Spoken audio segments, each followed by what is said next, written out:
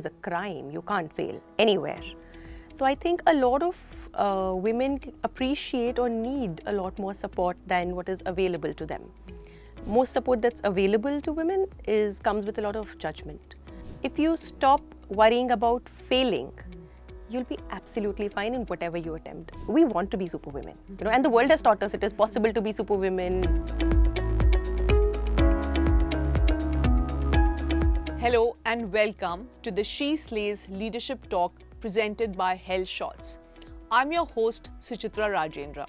Today, we're delighted to have Pooja Baid, Chief Marketing Officer, Versuni India Home Solutions, which was formerly Philips Domestic Appliances, as our esteemed guest. Thanks Pooja for coming here with us in this Health Shot She Slays Leadership Talk series, and we're really delighted to have you with us.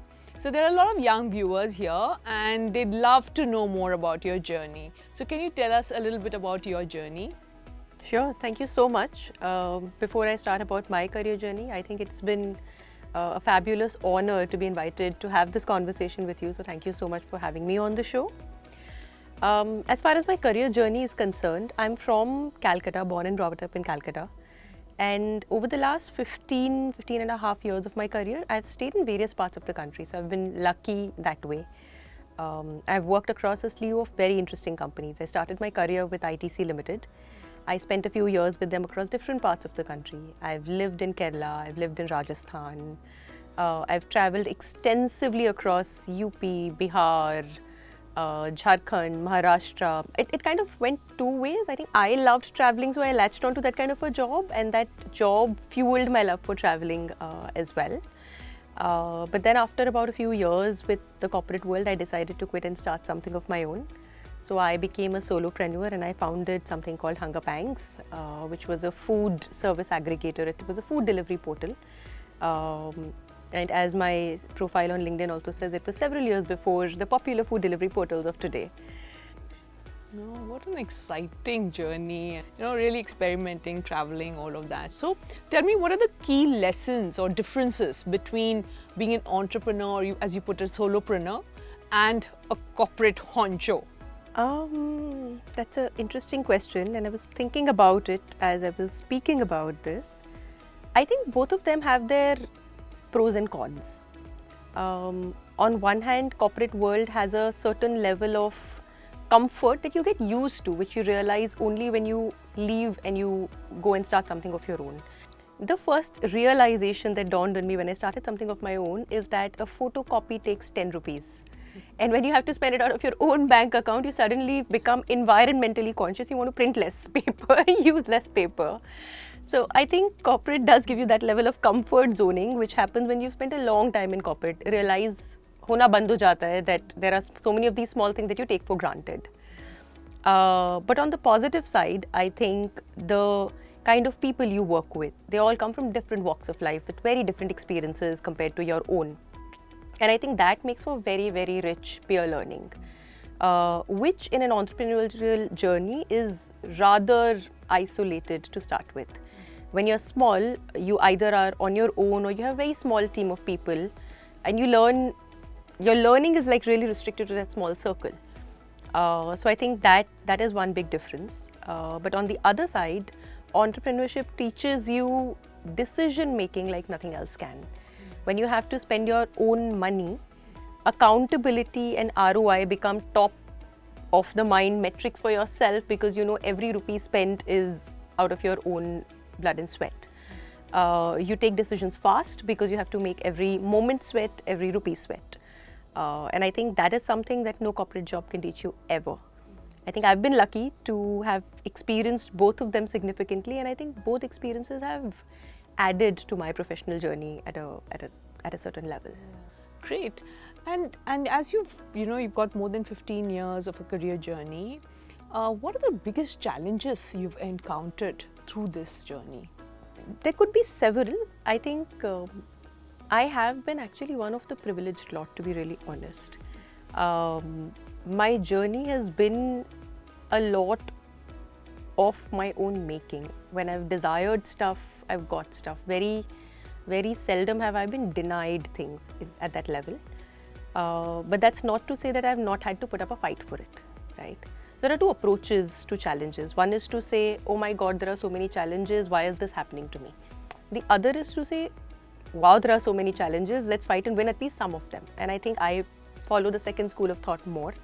And therefore, at some level, a lot of those challenges haven't really felt like one in that sense. I've been blessed with a lot of professional challenges. So I've always been given tough geographies to handle in sales. I've always been given tough portfolios to handle in marketing. My assignments have always been super stretch, and I've had a lot of failures as well in my career. But I think one of the biggest challenges that I constantly kept dealing with, and I think I deal with it even now, is of what we popularly called imposter syndrome at some level. When you rise really rapidly up the career ladder, at some point in time, either you become giddy with it, or you have this phase of self-doubt where you say, am I doing the right thing? Do I know enough to take care of so much responsibility that's been given to me? And I think that is something that I keep encountering once in a while. But I'm also blessed with this fabulous support system. I think I've always been blessed with fabulous managers. One of my managers is also a constant mentor to me all through my career, irrespective of whether I have been in his team or not. So I think I keep going back to those people and that ecosystem, support system that I've developed to sort of bounce out of those challenges, particularly of that space where I start feeling the self-doubt. But other than that, I think professional challenges, there are a lot of entertaining stories that I have of professional challenges. I also write about them once in a while on LinkedIn. So yeah, it's been a very exciting journey, I think, is what I can say. Yeah, I mean, I can see the positive attitude, first of all, and also the ability to convert every challenge into an opportunity. What about your role? Do you see your role as a mentor to some of the younger women or leaders in the organization or even outside? I have been the rather privileged lot in that sense, and I think the best way to justify the privilege is to support at least other people who are not as privileged as I am, whether it is about opportunities or about mental strength or whatever it might be. So I try and mentor at least a few youngsters every year. Our organization also has very strong mentor-mentee programs, so I think that really helps. I have 2 women mentees in my own team, in my own organization, and then I also mentor a couple of women outside of the organization. There are plenty women support organizations that have come up, which I think is a fabulous thing. I think as women in the corporate world or in the world in general, we need to form a support system for ourselves. And I'm so glad to see that a lot of work in that direction is happening. In fact, I think this She Slays series itself is around really supporting and focusing on women and issues about women. And I look at the mentor-mentee lens from a very, very gender-focused manner. It could be right, it could be wrong. I'm not saying men don't need mentorship, but I just feel like I can add more value to women who are interested in building a career. And I think women in general come from a lot of cultural baggage, right? I think particularly in India, we are brought up with that whole thought process and mentality of you have to excel at home and familial responsibilities and corporate and socially and personally, like the ands just don't stop. And with so many ands, you are also not given enough ammunition to deal with it all. And failing is a crime. You can't fail anywhere. So I think a lot of women appreciate or need a lot more support than what is available to them. Most support that's available to women comes with a lot of judgment. And I think that's not fair to them. So I try and mentor at least 2 to 3 women every year. And I stay in touch with them even after the formal mentor-mentee relationship sort of gets over. But yeah, I think it's a fabulous journey. It's also a 2-way process. I don't just give gyan.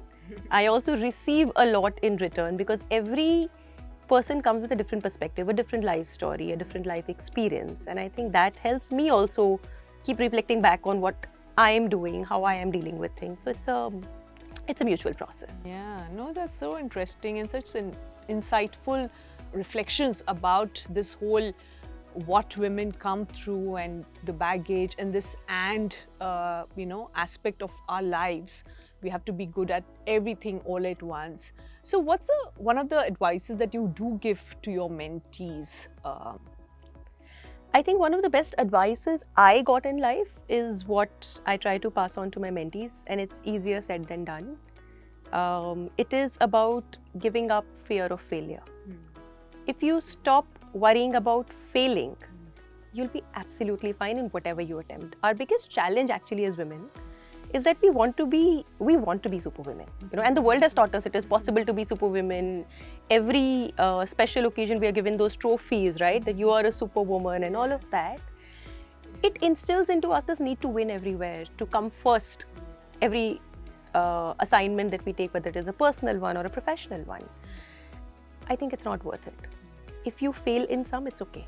Life will go on. People who love you will continue to love you. Stuff that you're passionate about, you will continue to be passionate about. Stuff that you're invested in, you will continue to be invested in. And I think not just for women, but as people, one of our biggest baggages and barriers is the fear of failure. If we just become less afraid of failing, I think as people we'll do a lot better. So that's one advice I give. I just love it. I just love the fact remove this whole stress, that fear of failure. So I would love to hear you talk about, your whole networking strategies because this is one of the things, again, women hesitate to do, thinking, the boundaries of culture, etc. So how have you navigated this whole? Actually, that was the one question I was hoping you won't ask because I'm not good at it. I'm also learning. Honestly, I think there is so much crammed in our everyday lives that to take out time dedicatedly for networking is a practical impossibility. And then you end up prioritizing, and you always, particularly as women, you end up deprioritizing the need to network. Always some operational job, some operational fire that needs to be put out, some PTM that needs to be attended, some household chore that needs to be done takes priority over just about everything else. And I think that's the mistake that we make. I make that too. A lot of times. But I am now consciously trying to change. I'm trying to see how I can network more at some level. And my strategy is really simple. I try to at least identify either topics or group of people that make me feel like I don't have to try too hard. Right? So I'm part of a lot of these women groups, like I said. And while there are mentees who learn from you, there are also other mentors who are mentoring other youngsters, right? And that becomes your network of your own. You also have a common ground to connect with them. There is a shared camaraderie that sort of springs up, and that I think is the starting point. Having said that, I'm no expert at networking in general, and how do I sort of nurture it. But I do believe it's necessary for survival, not just in corporate life, but in life in general. I think the fact that you have somebody who you can pick up the phone and give that call is the network that you really want to build. And it doesn't necessarily have to be in a moment of crisis. It could be a professional, it could be a positive, hopefully, incident. But I think to have that is super critical. And I'm learning. I don't know. No, I think what you said has a little bit of, green of there, that you network much before you need it, and you constantly do it, and it's kind of, you do it more easily when there is a camaraderie, there's a safe zone, and you can actually keep learning in that area, building, rather than it becomes a forced event. It becomes a natural day-to-day part of your life where you pick up the phone even for 2 minutes, just check in with each other. So I think that's what I could get from you, that's where your comfort is. Yeah, so you've held such important roles, and right now you're the CMO of this big brand, or portfolio of brands rather. You're also the entrepreneur where you sweated every dollar. So what are the kind of stress that you've gone through or faced through this journey? I think professional life comes in any case with a lot of stress, particularly when you are ambitious and you want to achieve a lot of things. I'm sure you are no stranger to stress. You've gone through a lot of it yourself. And the way our lives are shaped and structured these days, there are also a lot of personal stresses that one has. And I think all of us need to devise our own mechanisms of really dealing with stress. I don't think there is any one-size-fits-all solution to it. So I sometimes come across these videos and articles which prescribe to you things that you should do for your mental well-being and for stress relief and stuff like that. But I very strongly feel that what works for you is what works for you. It might or might not work for someone else. Personally, for me, I feel exercise is something that helps me release stress. So I always try to find time at least 4 times every week to do yoga, and I do power yoga. And I always tell anybody who asks me that question around how yoga helps relieve stress. And I don't do meditation. I don't do meditation. I don't do pranayama. I can't do that. I can't focus that much. But just the physical exercises exercise of stretching your muscle to its limit and beyond. Your body compels you to focus on that one muscle. I can guarantee you in those 30 seconds, there is no other thought in the world that can bother you, no matter what is happening around you. And I think those 60 minutes of focusing exclusively on just testing and stretching different muscles of your body to the limit are a huge stress buster for me. I'm addicted to it. So exercise definitely is one way. But in general, even beyond exercising, I think it's important to have people to talk to. They could be family, they could be spouses, they could be friends, they could be colleagues, anybody. I think if you are able to just speak out what you're thinking, what you're going through, a lot of times it just relieves your stress. It doesn't solve the problem. And probably the person listening to you cannot provide you a solution, or that solution will not work for you. But just the fact that you've gotten it out of your system, I think also helps. And that is another thing that I encourage my mentees to do a lot. That it doesn't matter where you're working, whether it's a large company, small company, if it's a startup, it doesn't matter. Always have this group. It's important to have friends at work because they share the ecosystem with you, they share the vibe with you. And sometimes only they can understand the undercurrent that you're experiencing, right? So it's very important to have at least one friend at work, if not more, so that you can have the tea break or the water cooler break with them. I think that sort of relieves the stress for me. Beyond that, of course, there have been moments which take you to the breaking point. But you find ways of surviving because you have a loving family to fall back on, and frankly, most times we end up realizing we don't have an option. I don't think breaking up is an option for a lot of us, and you do come back from there. Right. No, sounds like you've got some tools in your hand, exercise being one go-to for sure. Absolutely. And friendships and relationships for another, and of course a trusting family to hold, who has our back, right? And that's so important for all of us. Right, so now we move to an interesting phase of our talk, which is the rapid fire round. So all set for that? Not really, I can't see the hamper. Where's my hamper? Considering there's no competition, I'm going to win it, right? Anyways. That you will. See, it's all rigged to your favor. So what is your top priority when mentoring a startup? Not so rapid. I wasn't even expecting this question. My top priority while mentoring a startup is to really mentor the person, because I think the startup is as successful as the person is or not. Fantastic answer. A marketing trend you're currently excited about? A marketing trend, deep fake. Oh God, today only I heard a whole thing about deep fake. Very scary. It is extremely. So I'm sure you're scared. Right? Your favorite way to unwind? You did talk about it, but let's see. Favorite way? Yoga. The power yoga. The power yoga sessions, yes. Okay. Do you have a hidden talent or hobby that not many people know about? I write pretty well. I write poetry, I write prose.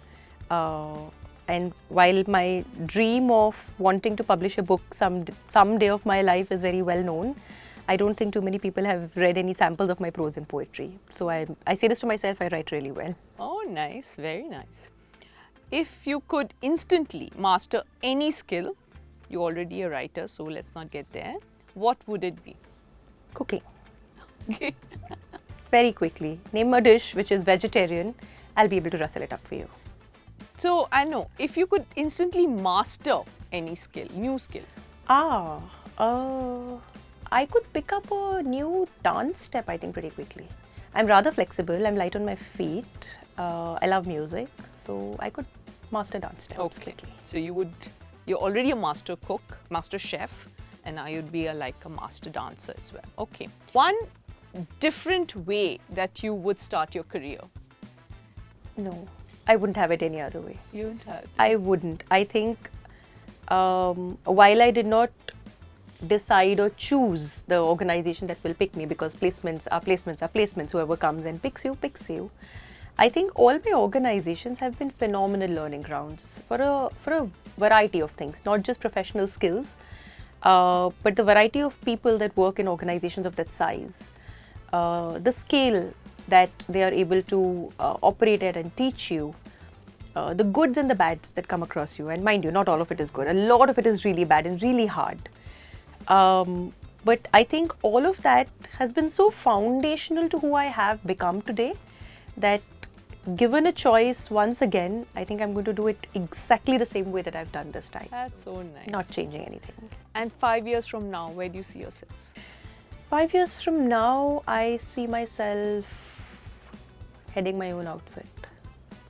Back to an entrepreneur. Back to being an entrepreneur. Very nice. Amen. So with that, we'll say thank you, Pooja, for being so honest, so authentic on this She Slays Leadership Talk series hosted by Health Shots. Thank you so much for having me. It was a pleasure having a conversation with you. Thank you. Thank you. To our viewers, stay tuned for more such engaging discussions in the She Slays Leadership Talk series. Until then, keep watching.